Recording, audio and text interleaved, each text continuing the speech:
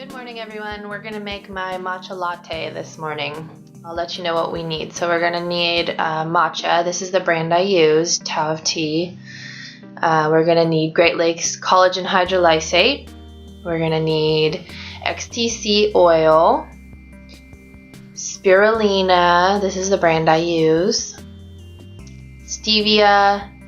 I use vanilla cream, and then I just have some organic vanilla extract that I like to put in there sometimes, and also I have cream. So we're going to start with the matcha.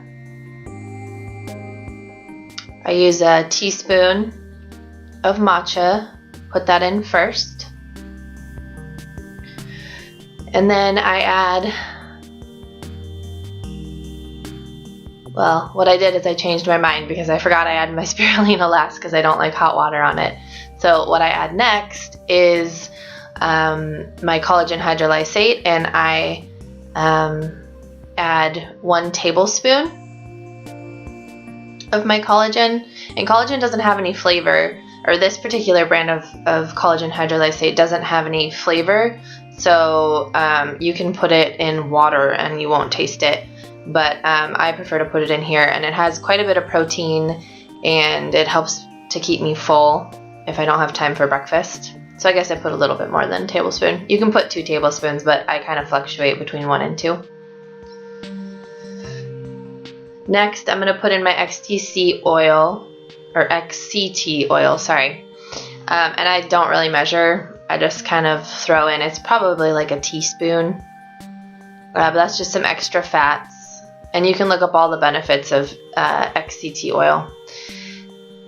Just add a couple drops of vanilla extract because I like the way it tastes. And then this is the vanilla cream stevia drops, which I use. And sometimes I use honey, but usually I use the stevia drops.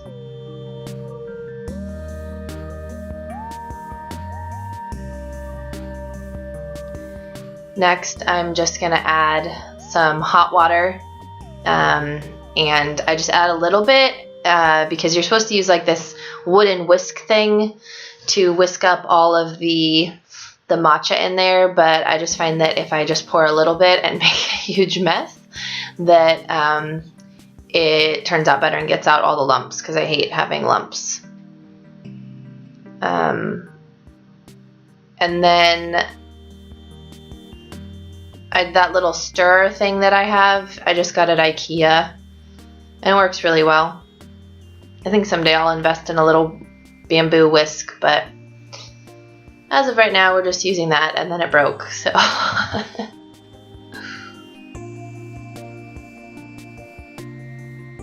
and then I had to go grab my maca because I forgot to bring it out. So then I also just add 1 teaspoon of maca, and I find that it helps me to balance hormones, and I like the way it tastes too. It has, people say it has like a butterscotchy flavor. I don't know, I don't think it tastes like butterscotch, but I do like the way it tastes. I think it adds kind of like a smoky flavor. And then I just stir it up because the maca does tend to lump up, as you can see, a giant lump, and stick to the bottom. So then I whisk that all together and try not to make a huge, ginormous mess. This really seems very complicated, but it literally takes me like 30 seconds to do in the mornings. And I add more water. And then I just add, I have some organic half and half that we had left over from a trip we took, so I just throw that in there. Sometimes I use coconut milk, sometimes I use raw milk, sometimes I use cream. It just depends on what I have around, but I do like to add some sort of cream in there. And then I just throw a teaspoon of the spirulina on top, because I don't like it. I don't even know if you're not supposed to. It's so pretty. I don't like adding it to super hot liquids, and I don't drink my matcha really all that hot. So normally, this time I didn't do it in the correct order, but normally I add the spirulina last before I add any hot water, and then mix that all together. And the spirulina, you can omit that if you haven't had spirulina before, but it does add like a fishy flavor or like a metallic flavor. I like it, but I don't think everybody would like it. But you can look up the health benefits of spirulina, and I think for me it's worth it, so I just go ahead and add that in there. And then I mix it all up, and then it's ready to go. Thank you guys for watching. Please like, subscribe, and comment below. Oh, and also I will try to link all of the ingredients that I used in the box below. Thank you guys.